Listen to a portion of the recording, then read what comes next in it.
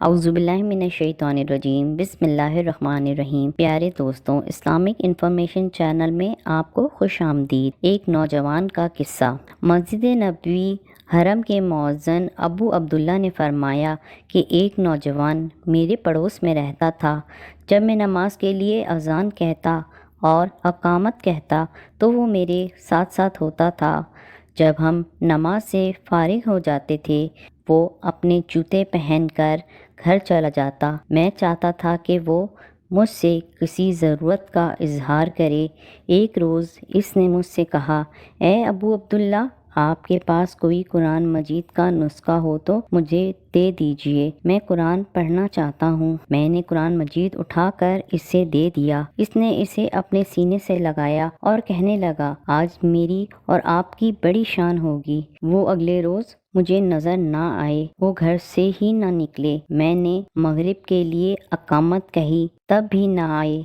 मुझे बदगुमानी होने लगी। मैं इशा की नमाज़ पढ़कर जिस घर में वो रहता था इसमें गया और अंदर गया तो देखा कि एक डोल और लोटा रखा हुआ है। इसके कमरे पर पर्दा लटका हुआ है। मैंने दरवाज़ा खोलकर देखा तो मरे हुए पड़े थे। कुरान मजीद इसकी गोद में रखा हुआ था। मैंने इसकी गोद से कुरान मजीद उठाया और चंद लोगों को साथ लेकर इसे चारपाई पर रखा। मैं सारी रात सोचता रहा कि इनके कफन के मुतालिक किससे बात करूं। मैंने फजर के वक्त अजान कही और सुन्नतें पढ़ने के लिए मस्जिद में दाखिल हुआ तो मुझे किबले की सिमत में कुछ रोशनी सी दिखाई दी। मैं इसकी तरफ बढ़ा तो देखा कि कफन लपटा हुआ रखा है। मैंने इसे उठा लिया, अल्लाह की तारीफ और शुक्र अदा किया और इसे घर रख आया। नमाज खड़ी की। जब सलाम फेरा तो देखा कि मेरी दाएं जानिब साबित बनानी,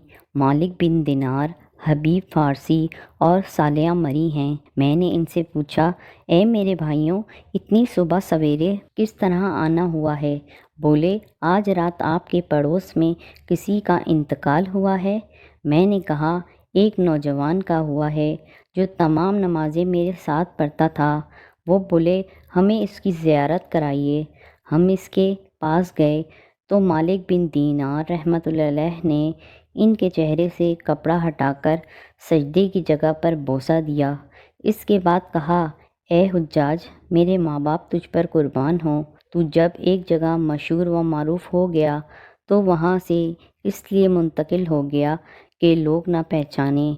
इन्हें गुस्ल दो। इन चारों हजरात में से हर एक के पास कफन था। हर एक कहता था कि इन्हें मैं कफन दूंगा। जब इस मसले पर बात लंबी हो गई तो मैंने इन्हें बताया कि मैं रात भर इसी मामले में सोचता रहा कि इनके लिए कफन के मुतालिक किस से बात करूं। जब सुबह में मस्जिद में आया और अजान कही, फिर सुन्नतें पढ़ने के लिए अंदर आया तो देखा कि कफन लपटा हुआ रखा है। नामालूम कौन रख गया है। सब के सब कहने लगे, इसी कफन में कफनाया जाए। चुनाचा हमने इसे